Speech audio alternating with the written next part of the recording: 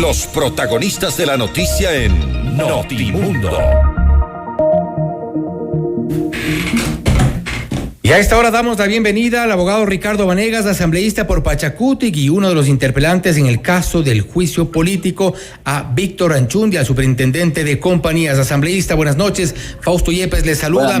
¿Cuál fue un poco la conclusión una vez que se ha sancionado al superintendente de compañías? Una sanción política que deja sabor amargo por lo que ocurre en paralelo con las cuentas y el dinero de la seguridad social de la policía. Asambleísta, buenas noches.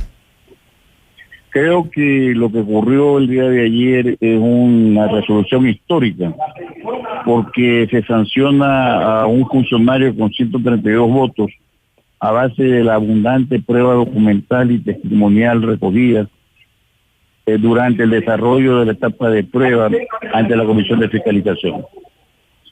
Ahora bien, ahí quedó claramente demostrado el entramado criminal que la superintendencia de compañías ha existido, y en el que han participado aseguradoras calificadas de riesgos, empresas particulares, casas de valores particulares, personas particulares y sobre todo los funcionarios que eran los generales y coroneles que manejaban el export.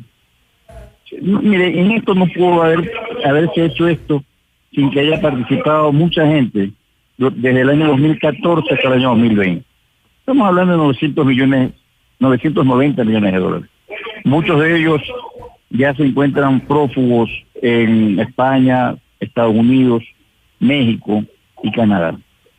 Yo espero que una vez que la señora presidenta de la Asamblea remita la información a la fiscal general, pueda yo reunirme con ella y pedirle que inmediatamente inicie las acciones contra todos los otros que no se han iniciado acciones, empezando con los funcionarios de la superintendencia de compañías. ahora bien, asambleísta, el exfuncionario de la superintendencia de compañías, para entonces, ¿cuáles fueron las omisiones en las que incurrió, tomando en cuenta que varios de los controles que debía ejercer la superintendencia de compañías en el caso de las inversiones del ISPOL y las casas de valores aparentemente no se dieron, y esto provocó que hoy por hoy tengamos un ISPOL con serio riesgo de perder varios cientos de millones de dólares? Bueno, $1.000 millones no son varios cientos, es un montón de plata. Y no se dieron porque él desde el año 2018 estaba encargado de la superintendencia. El 2019 fue designado titular. Y como tal, él tenía la obligación de revisar las alertas que recibió desde el 2018 por la Casa de Valores de Pichincha y por el interventor de la empresa Valpacífico. Y no lo hizo. ¿Cuántas alertas recibió? ¿Perdón? ¿Cuántas alertas recibió? Él recibió el año 2018 2 alertas de parte de Valpacífico y una de la Casa de Valores. El 2019 hubo nuevas alertas. ¿Por qué digo que hubo nuevas alertas? Porque el 2019 ellos intervienen del CORP y Ecuador. Y la intervienen, y 5 meses después, sin que haya ningún cambio en el riesgo económico y financiero que tengan estas dos empresas, permiten que una tercera empresa relacionada a Wilson y a Goldstein, que se creó con un capital de $800 y que tenía solo 8 días de crear, pueda negociar, gracias a la calificadora de riesgo Suma Rating, 2 pagarés, cada uno valorado en $15 millones, que no tenían ningún soporte económico. Y eso lo aceptaron las calificadoras y se lo hizo en el mercado de valores. Y gracias a eso levantan la intervención y permiten la última emisión para que los títulos valores lleguen a $990 millones. Ahí es cuando la señora ministra Romo se da cuenta que los títulos valores no se encontraban por el poder de la empresa de Cebales.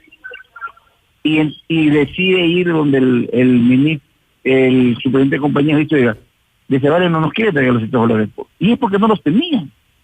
Recién ahí, como él lo dijo aquí en la Comisión de Justicia ante mi pregunta, como el hecho se había hecho grande, emblemático, dijo él decidió actuar.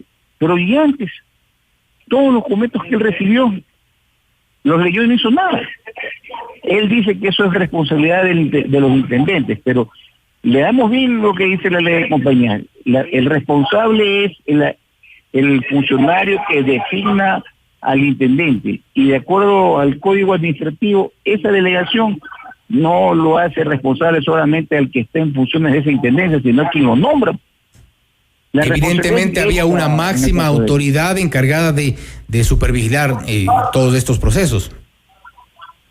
En este caso la máxima autoridad era él, porque él ejercía control sobre todos y conocía todo. Como él no logra demostrar realmente lo que debió haber hecho desde el año 2008, y aquí están las pruebas que él declaró testimonialmente, en el pleno no hubo mucho que debatir, pues, si las pruebas eran tan evidentes. Y por eso es que usted ve que una vez que terminó el proceso de las intervenciones, creo que hubo 3 o 4 asambleístas que intervinieron y decidieron votar, porque no había dudas.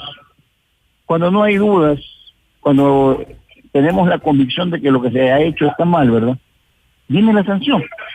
Ahora, doctor. La sanción ciertamente es política, pero creo que este es un gran camino, porque esta asamblea, y al menos este asambleísta, siempre que acusa lo hace con documentos. Y estoy comprometido a luchar contra la corrupción, porque ese es el compromiso que tiene Pachacuti con el país, y el compromiso que yo adquirí cuando decidí ser parte de Pachacuti.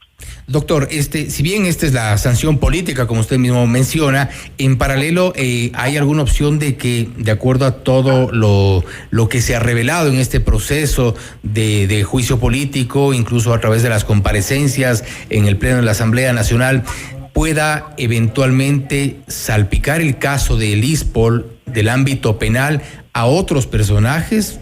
Se me ocurre, usted acaba de nombrarlo al superintendente de compañías sancionado, esta vez políticamente, pero ¿hay algún camino legal que podría llevarles a una investigación ya en el ámbito penal? Yo estoy pidiendo una cita de la señora fiscal general de la Nación, como lo he hecho en casos anteriores, como el defensor del pueblo, la prefecta de Santo Domingo de los Colorados, el caso del buque Antártida, y en este caso también lo estoy haciendo.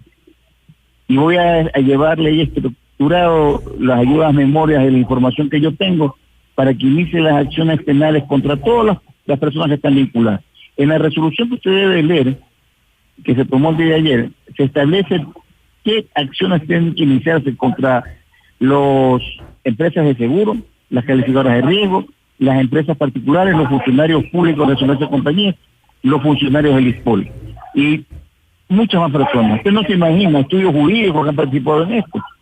Empresas privadas como Agripac, que se apropiaron de un puerto como es, que era de propiedad de Stor-Ocean, donde era accionista del Corp, y donde aparentemente pagaron $6 millones por unas acciones que valían solamente $3 millones. Todo eso está ahí. Hablamos de que habrá seguramente una lista adicional de funcionarios, exfuncionarios que puedan ser vinculados en el caso ISPOL. Totalmente, pero yo no le puedo dar más información porque usted sabe que la Fiscalía tiene que establecer una estrategia. Y si yo comienzo a decirle el nombre a ustedes, muchos de esos señores van a coger un avión y se van a ir. Y la idea es que no se vayan. Y otros ya están afuera. Que se hagan los allanamientos. Esa es la finalidad de las investigaciones que estamos realizando. Perfecto. Le agradezco, asambleísta. Solo únicamente un último dato, asambleísta, si nos puede comentar muy brevemente en qué estado está este momento el debate sobre la ley de aborto por violación. Estamos en este momento en el pleno discutiendo, y les voy a decir, yo soy parte de la Comisión de Justicia. Eso nunca se debatió en la Comisión de Justicia. Ahora estamos escuchando a varios asambleístas con posiciones, unos pro aborto, otros pro vida. Esto le va a permitir a la Asamblea cumplir de manera integral con la sentencia que ha dictado la Corte Constitucional, pero ponderando los derechos de los nasciturus y los derechos de las mujeres, niñas y adolescentes que han sido violadas y que obviamente tienen que protegerse. Pero uno de los principales puntos, o por lo menos uno de los más controversiales de este momento, es la temporalidad del embarazo en esta propuesta de ley sobre la despenalización del aborto. Bueno, eso es lo que siempre hemos señalado nosotros y que no se discutió en la mesa de justicia. ¿Y cuál será la posición de Pachacutic? Pachacutic, como todas las bancadas que hay aquí, no tienen una posición definida. En eso hay libertad. ¿Cuál es su posición, doctor? Todos tienen libertad. En todas las bancadas va a haber libertad. Porque son temas en los que se juegan a veces convicciones religiosas o convicciones personales, ¿verdad? Aquí hay muchos que son médicos, que son abogados estudiantes, que tienen experiencia en estos temas. ¿Su posición personal, asambleísta? Yo siempre respetaré lo que dice la norma constitucional. Es decir, hay que defender la vida desde la concepción. Mientras no cambie la Constitución, yo no puedo cambiar. Esa es una posición que yo tengo que respetar, además que yo me he declarado, como usted debe saber, pro vida. Y no voy a cambiar respecto a esa posición. Gracias, ha sido el asambleísta Ricardo Vanegas, asambleísta por Pachacutic, refiriéndonos también cuál es su posición respecto del proyecto de ley sobre la despenalización del aborto que a esta hora se debate todavía en la Asamblea Nacional. Esto es Notimundo Estelar, siempre bien informados.